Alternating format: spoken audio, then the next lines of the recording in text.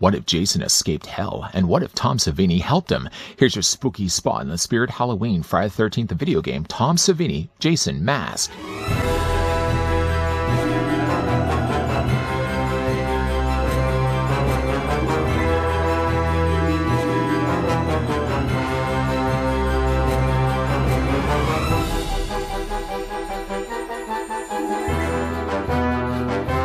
No one at Camp Crystal Lake is safe once you dress up in the Savini Jason mask from Halloween. Inspired by the exclusive look from the Friday the 13th the video game, this burned variation of Jason is perfect for completing your next Jason Voorhees cosplay. Out of the grasp of the devil's hands and into your hands, the Tom Savini Friday the 13th Jason Voorhees mask is available right now in Spirit Halloween stores or spirithalloween.com. This is also the second Jason mask that we picked up from the Friday the 13th game, having already looked at the NES Jason or Retro Jason mask. Look, good thing actually too that I picked this up when I did, because I haven't actually seen this mask since. At all. They have since stocked the Retro Jason axe, which I'm almost kind of even tempted to pick up because I've already picked up that mask for it.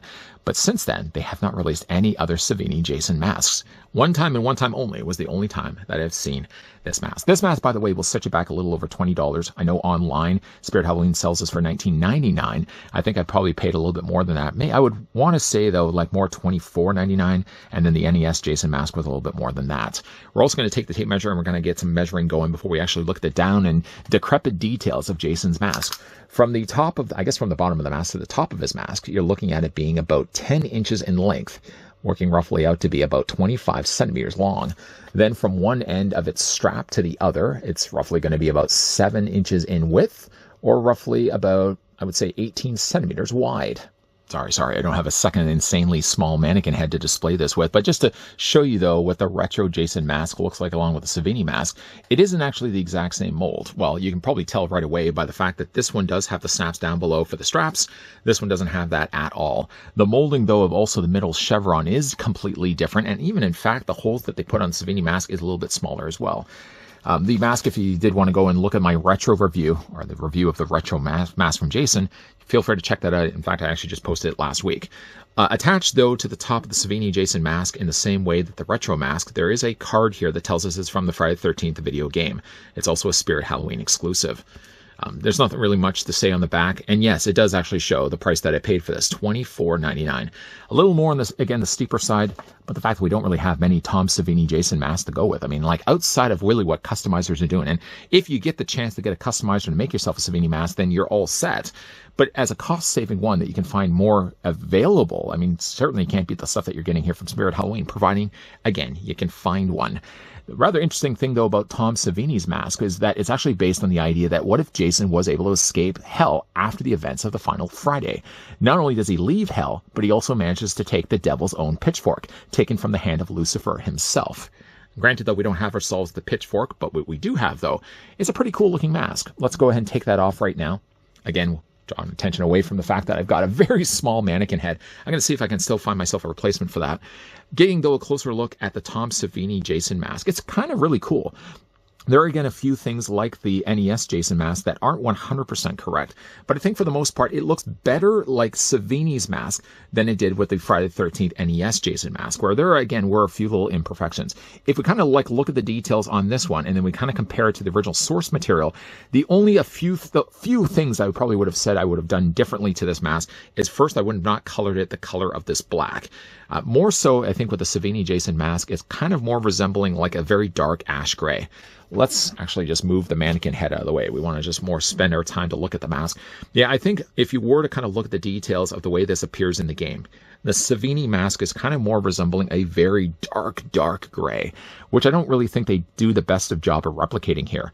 We get more kind of a really shiny black mask, and I feel, though, like if you really had the talented time and the paintwork behind you to go in there and touch this all up, you could really make the improvements that are necessary to make this look like a true Savini mask. Things that, like the chevron in the middle, though, I think are fairly accurate.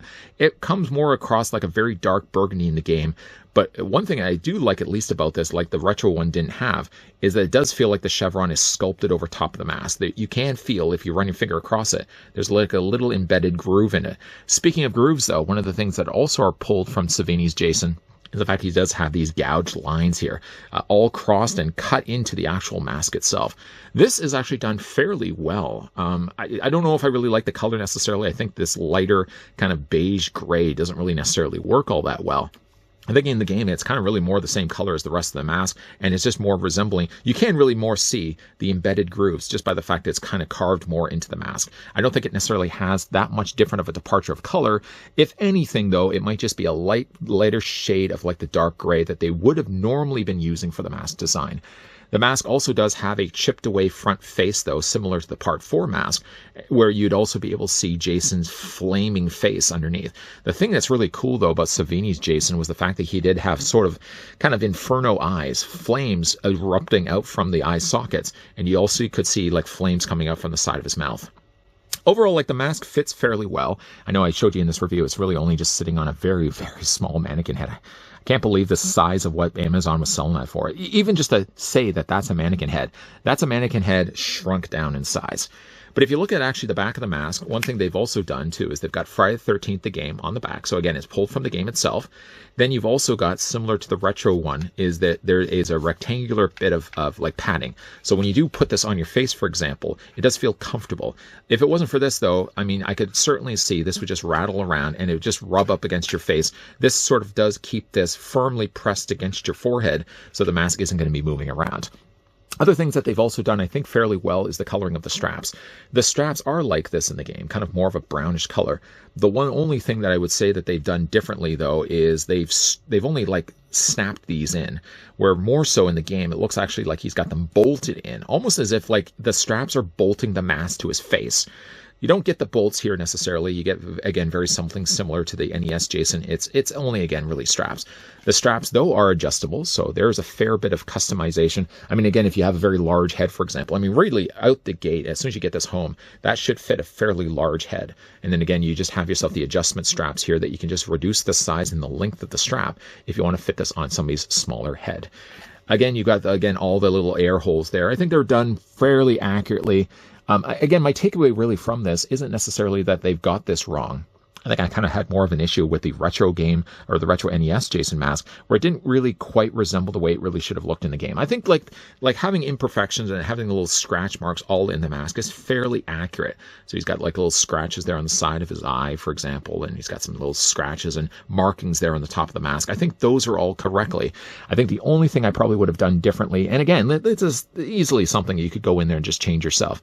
I also do think, before I was going to say that, I do also like that they've added a little bit of wear. Right around the chipped section of the mouth, you can see like there's some discoloration, some darker grime that's sort of built up around the mask area. The only thing, like I said, I probably would have done differently, and this is something I'm sure I could probably go in there. I probably would not have darkened it. I would have not had it the black shiny plastic that I have it here. I think, if anything, person I'm going with, any person with talented skills of painting could easily go in there. I think just paint this. Make this more of a matte color. I think it shouldn't be as shiny as really what it is here. I also probably would have made this more of a very dark gunmetal gray, a very, very dark gunmetal gray, almost even borderlining a black without actually being black. Outside of that, I mean, again, like for a mask being a fairly inexpensive one, let's get this back on the small sized mannequin head, which again, I know is not really suitable for holding hockey masks. But again, if you kind of just have it resting on the brow area there, it's going to do the part at least of holding it in place. You know, for again, $24.99, I think again, like the NES Jason mask, I probably spent about the same. It was one of those things though, that when I went into the store, those were the kind of the top things I was looking at right away when I first stepped foot in the Spirit Halloween for 2025. I was looking right away for the NES Jason. I wanted to get the Savini Jason mask as well. And again, I'm glad that I did when I did, because again, like since then, they haven't stocked anything. I went to where they normally would have had these, and they have a whole bunch of the cheaper looking Jason masks, and I'm sure you probably have seen them for yourself. They're kind of like that tan color with the chevrons looking badly painted. It almost kind of looks like he's got wood grain on it. I don't know if I have much interest at all to pick that up, but I'm glad though that, like I said, I did pick up the Savini Jason mask and I did pick up the retro mask, because both those masks have just vanished completely on the shelves. Even like they look like they've just gone in there and just restocked everything else around it, and filling in those pegs where normally the Savini mask would have been, they just filled it up with more crap Jason masks. This mask does look good. I mean, again, there are a few little things and tweaks that you probably could have gone in there and changed yourself. But unlike though the NES Jason, where I feel like the mask should have been a lot smoother, This has at least the building blocks of what could be a perfect looking Savini Jason mask. It has, again, like the chipped away front mouth area there. It's got, again, like the embedded claw marks there on the front of the face. And it does have the chevron where the chevron really should be.